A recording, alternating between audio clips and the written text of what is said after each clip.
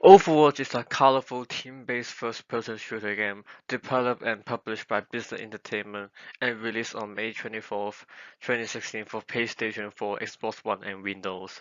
Overwatch assists players into two teams of six, with each player selecting from a roster of 30 characters known as heroes. Each with a unique style of play.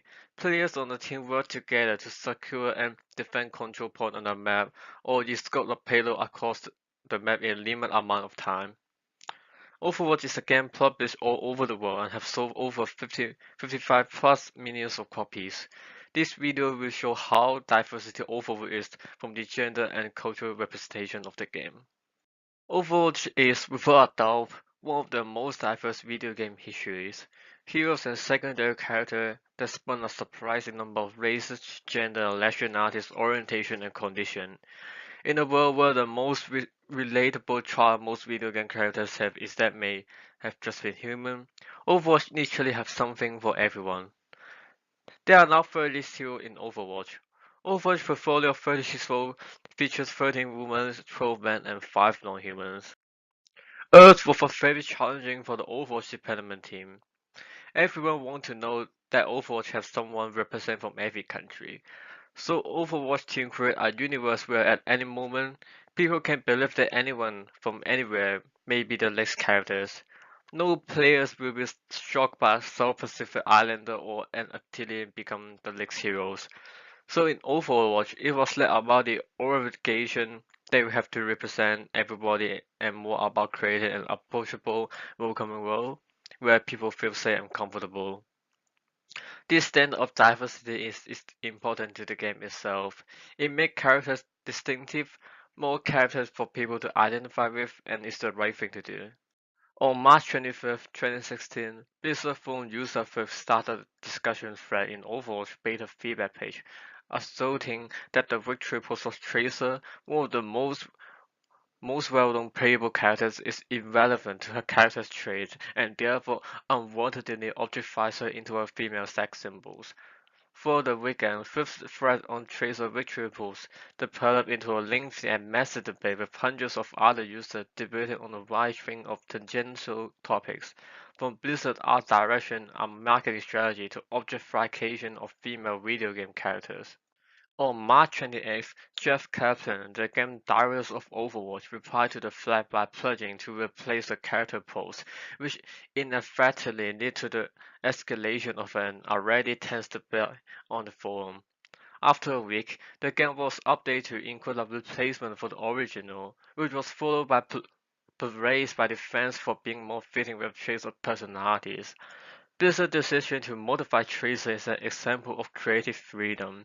It is the developer listening to a reasonable argument from a player and exercising its freedom to change its work, even in the face of another angular reaction.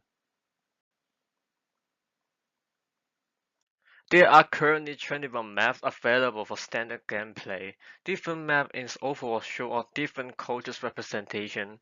For example, the map Hanamura is according to Japan and Junkertam is according to Australia. Let's take the Overwatch new Busan map as a detailed example. It is a beautiful homage to Korea. The second stage, it is packed with a distinct eye of Korean cultures. Unsurprisingly, you will come across both a karaoke bar and a cyber cafe. Karaoke and cyber cafe are a common place to go for teenagers when they want to have fun or take a break. It is one of the reasons why Korea are one of the best at every esport.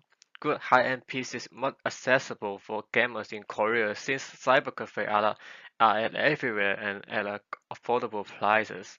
Finally, there is Century, which show off a very different style of Korean cultures. Century pays homage to Korea's more long-standing tradition. Beautiful pitched roofs, wooden columns, and engraved panels make up this temple-themed stage.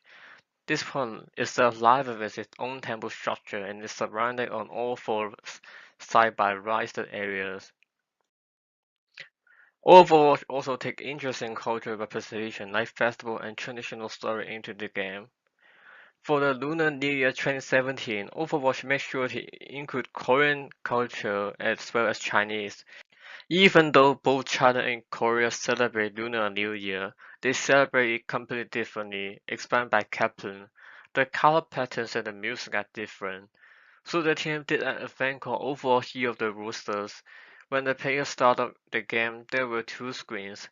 One featured made in the traditional red and gold Chinese New Year colors, but the team also built a Korean template for Diva. It would have been disrespectful to show her in a Chinese setting. The team also composed a completely separate piece of music.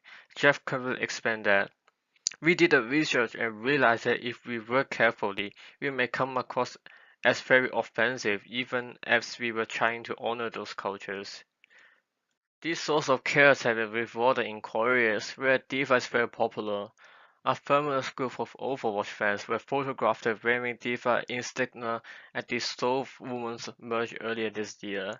Inevitably, Overwatch characters become avatars for the hopes and the prejudices of the game's many fans. They are drafted as warriors for online cultures for.